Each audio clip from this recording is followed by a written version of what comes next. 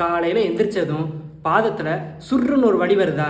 இது எதனால் வருதுன்னு பார்த்தீங்கன்னா, நம்மளோட கால் பாதத்தில் பிளான்டார் ஃபேசியா அப்படின்ற ஒரு மசில் இருக்குது. இந்த மசிலுக்கு அதிகப்படியான அழுத்தம் நம்ம காலில் இருந்து வரும்போது அந்த தசை ரொம்ப வீக்காகி தேய ஆரம்பிக்கும்.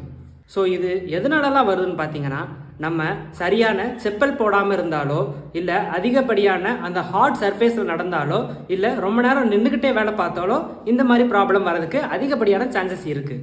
இந்த வலி அப்படியே நம்மளோட கெண்டைக்கால், அதாவது காஃப் மசில் வரைக்கும் இந்த வலி பரவும். ஸோ இதை நம்ம டெய்லி ஸ்ட்ரெச்சஸ் மூலமாக க்யூர் பண்ணிக்க முடியும். இந்த மாதிரி ஒரு பால் எடுத்துக்கோங்க. அதை நல்லா அழுத்தி முன்னாடி பின்னாடி கொண்டு வாங்க. ஒரு துண்டு எடுத்து பாதத்தில் வச்சு பாதத்தை நேராக நிமித்தி ஒரு 5 செகண்ட் ஹோல்ட் பண்ணி மெதுவாக கீழே இறக்குங்க. 2 கையையும் செவுத்தில் வச்சு ஒரு கால் முன்னாடி ஒரு கால் பின்னாடி வச்சு இடுப்பை நல்லா முன்னாடி பின்னாடி கொண்டு வாங்க.